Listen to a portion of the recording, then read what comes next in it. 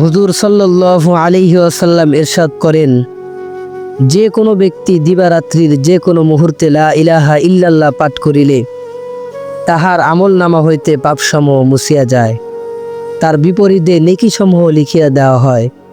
অবশ্যই ইখলাসের সহিত এই কালেমা পড়িতে হইবে, তবে বেশি বেশি করিয়া কালেমা পড়িতে ও জিকির করিতে থাকিলে ইখলাস লাভ হয়। এই জন্য ওহার আর এক নাম হলো কালেমায়ে ইখলাস। হুজুরে পাক সাল্লাল্লাহু আলাইহি ওয়াসাল্লাম ইরশাদ করেন, আরশের সম্মুখে একটি নূরের খুঁটি আছে। যখন কোনো ব্যক্তি কালেমায়ে তয়্যিবা পড়ে তখন ওই খুঁটি হেলিতে আরম্ভ করে। আল্লাহ পাক বলেন, স্থির হও।